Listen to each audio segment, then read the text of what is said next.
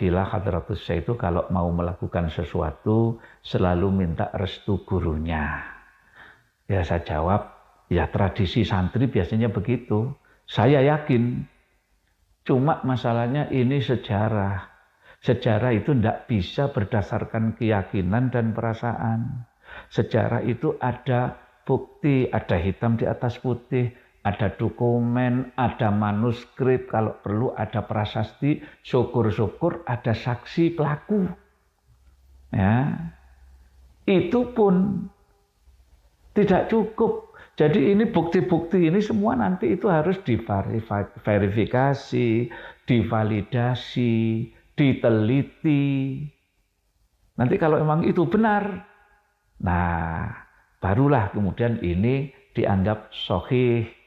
Makanya saya sampaikan ke orang yang japri saya itu, kalau memang panjenengan ada bukti, ada manuskrip, ada dokumen, ada prasasti yang menunjukkan bahwa berdirinya NU itu atas restu 5 orang habaib, itu tolong sampaikan ke saya. Nanti biar saya yang mengumumkan kepada publik dari Tebu Ireng, yang mengumumkan bahwa berdirinya NU itu juga atas restu 5 orang habaib. Jadi begini ya, Tebu Ireng tidak pernah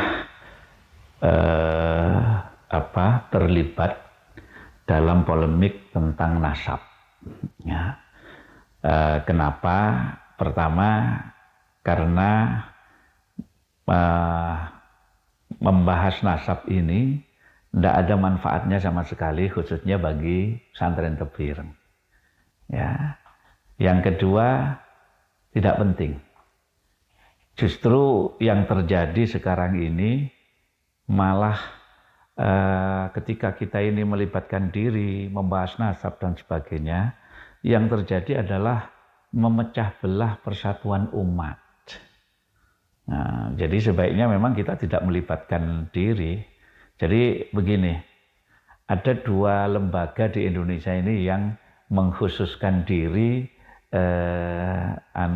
menangani bab nasab yang bersambung kepada Rasulullah. Yang pertama adalah RA atau Robitoh Alawiyah. Nah, ini biasanya anggotanya itu yang bergelar Habib gitu ya. Kemudian yang kedua itu ada Naat. Naat ini singkatan dari Nakobah Ansab Aulia Tis'ah. Ya. Jadi ini yang menangani dzuriyah Kanjeng Nabi dari jalur Wali Songo. Nah, jadi awalnya polemik ini kan diawali saling tidak mengakui. Jadi dari Robito Alawiyah mengatakan bahwa dzuriyah Wali Songo itu terputus. Kemudian akhirnya dari Wali Songo mengatakan bahwa Ubaidillah itu tokoh fiktif dan sebagainya. Sehingga akhirnya sampai menyebar dan sampai sekarang ini melebar kemana-mana. Nah, karena itu kami dari pesantren Tebu Ireng tidak melibatkan diri untuk terlibat dalam masalah polemik bab nasab ini, karena memang yang saya katakan tadi itu tidak ada manfaatnya sama sekali dan tidak penting bagi kami. Itu saja. Nah, ini yang perlu diluruskan. Jadi begini, setahu saya ketika kita ini membaca sejarah berdirinya NU, restu dari guru-guru Hadratus Syekh itu yang paling utama dan ditulis di buku yang ditulis oleh Cak Anam atau buku-buku sejarah NU, semuanya itu menulis bahwa sejarah berdirinya NU itu atas restu Syekhona Khalil sebagai gurunya Hadratus Syekh, yang dengan wasilah Kiai As'ad Samsul Arifin sebagai murid daripada Syekhona Khalil yang dipasrahi untuk mengantarkan tongkat, tasbih dan bacaan Ya Jabbar Ya Qahar itu kepada Hadratus Syekh.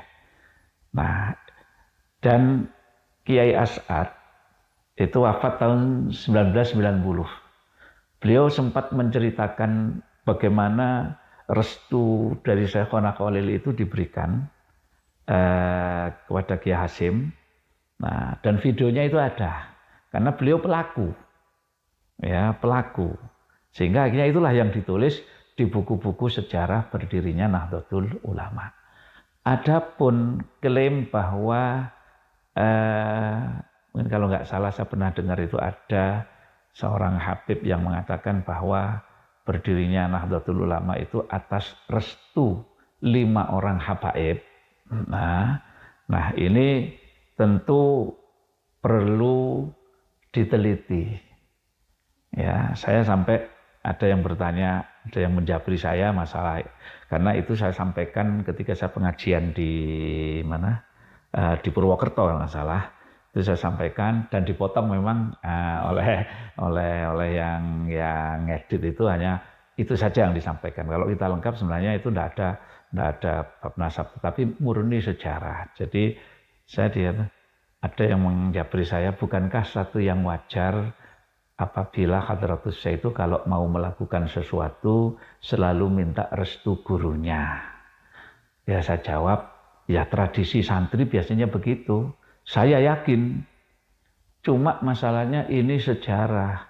Sejarah itu tidak bisa berdasarkan keyakinan dan perasaan. Sejarah itu ada bukti, ada hitam di atas putih, ada dokumen, ada manuskrip, kalau perlu ada prasasti, syukur-syukur ada saksi pelaku. Ya, itu pun tidak cukup. Jadi ini bukti-bukti ini semua nanti itu harus diverifikasi, divalidasi, diteliti.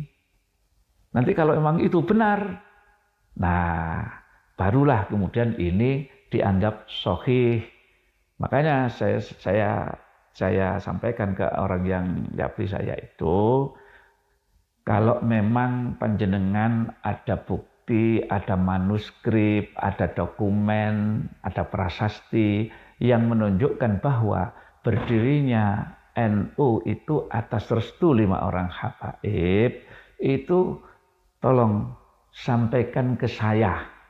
Nanti biar saya yang mengumumkan kepada publik dari Tebuireng, yang mengumumkan bahwa berdirinya NU itu juga atas restu 5 orang habaib. Tapi kalau itu belum ada, ya wallahu a'lam. Kalau ada kita terima, ya, karena itu sejarah.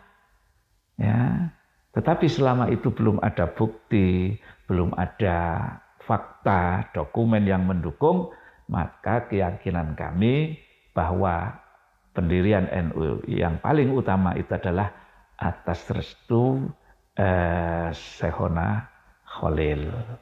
Jadi itu. Jadi begini, sebenarnya harus dipisahkan polemik nasab dengan sejarah. Apa yang saya sampaikan, disampaikan oleh Kiai Musta'in juga, itu sebenarnya murni masalah sejarah. Tidak ada hubungannya dengan nasab.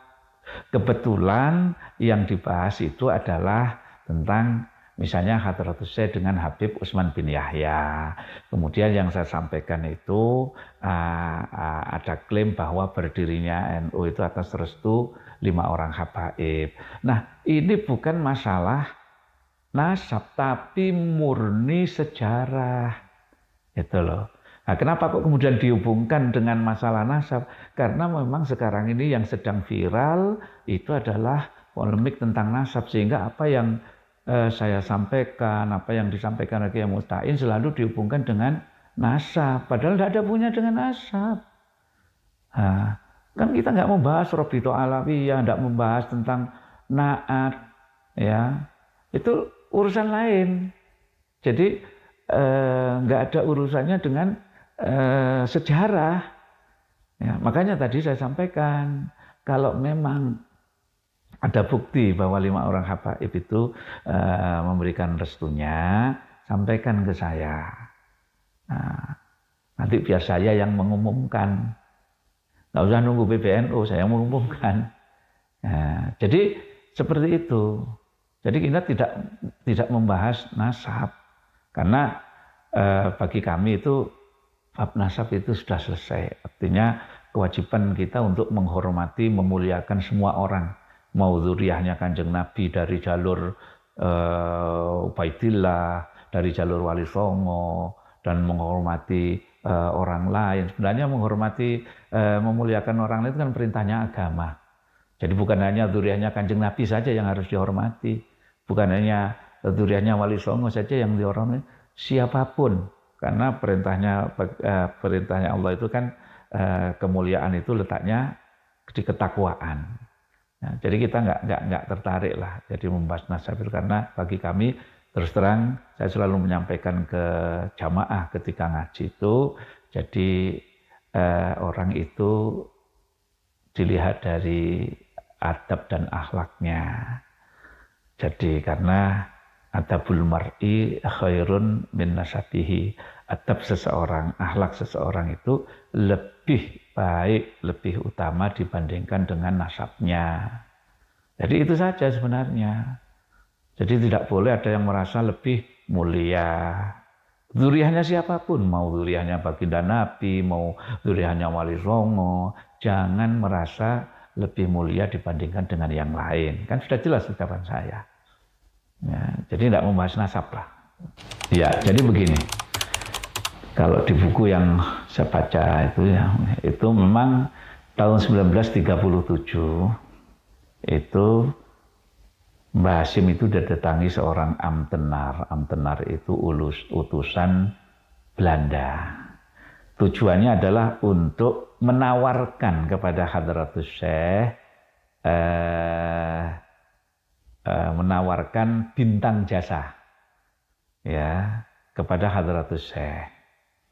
Tentu Hadratus Syekh menolak dengan tegas tawaran untuk menerima bintang ini. Ya, jadi beliau kemudian setelah menolak itu, beliau mengumpulkan santri-santrinya. Di hadapan para santri itu, Hadratus Syekh yang menyampaikan kenapa menolak dan sebagainya itu, diantaranya beliau mengutip ya kepada santrinya itu, beliau dawuh dalam sebuah riwayat itu dikisahkan suatu hari Kanjeng Nabi itu ditimbali oleh Abdul Muthalib sang kakek. Ditimbali karena ada tawaran dari pemerintah jahiliyah ya, menawarkan 3 hal kepada baginda Nabi. Yang pertama, kedudukan yang tinggi, yang kedua, harta yang banyak, dan yang ketiga, wanita yang cantik. Ya.